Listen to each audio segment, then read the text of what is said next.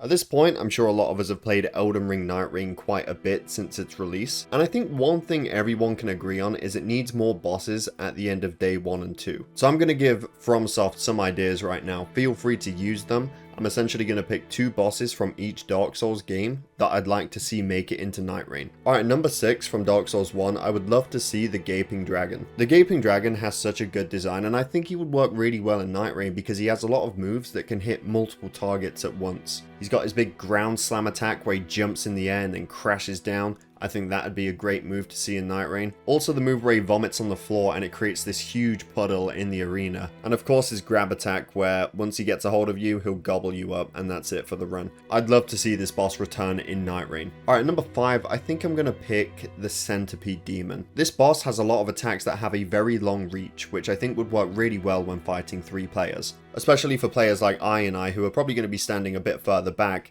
Centipede Demon can still reach them. Also, fighting this boss in Dark Souls kinda sucks because of the arena. If you have enough health, you can run through a bit of lava to reach an area that has a bit more space to fight him in. You can even get the ring from him during the fight and then actually equip that to make the rest of it a bit easier. But either way, I'd love to see this guy in Nightreign. From Dark Souls 2, I think I'm going to pick the Duke's Deer Freya. This boss has the aid of all of the spiders that it spawns, which would definitely help it when it comes to fighting more than one player. I can imagine them like running around chasing each individual player throughout the whole fight.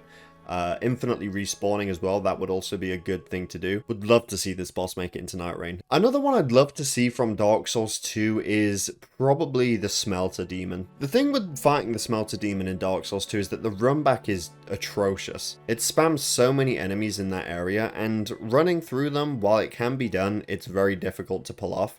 And in Dark Souls 2, while you're going through a fog door, you don't have iframes, or at least not for a good few seconds. So a lot of times, you can get to the fog door, but while you're going through it, they'll just hit you out of the animation anyway. So I'd like to see the Smelter Demon make an appearance, because it would be nice to fight him without having to go through all of that. From Dark Souls 3, this is a tough choice. There's a lot of bosses in this game that I absolutely love, but I think I'm going to have to go with the Dancer for my first pick. Dancer has a lot of spinning attacks, it's a really cool fight. I really like it in Dark Souls 3, and I think it would work absolutely amazing in Nightreign. It's a very cool looking boss, and it is a boss that a lot of people struggled with in Dark Souls 3, so let's bring it back. And for my second pick from Dark Souls 3, and my final pick overall, I think I'm going to have to go with the Nameless King. It'd be absolute cinema watching him fly around in Nightreign, throwing lightning bolts at certain players. And what they could do is include both phases, even though it is just an end of day boss. Once you defeat his dragon, he could come back down and have a second phase. It'd be great. But yeah, they are my picks for bosses that need to come to Nightreign. Hope you guys enjoyed. Thank you for watching. Definitely subscribe if you're new here, and I will see you all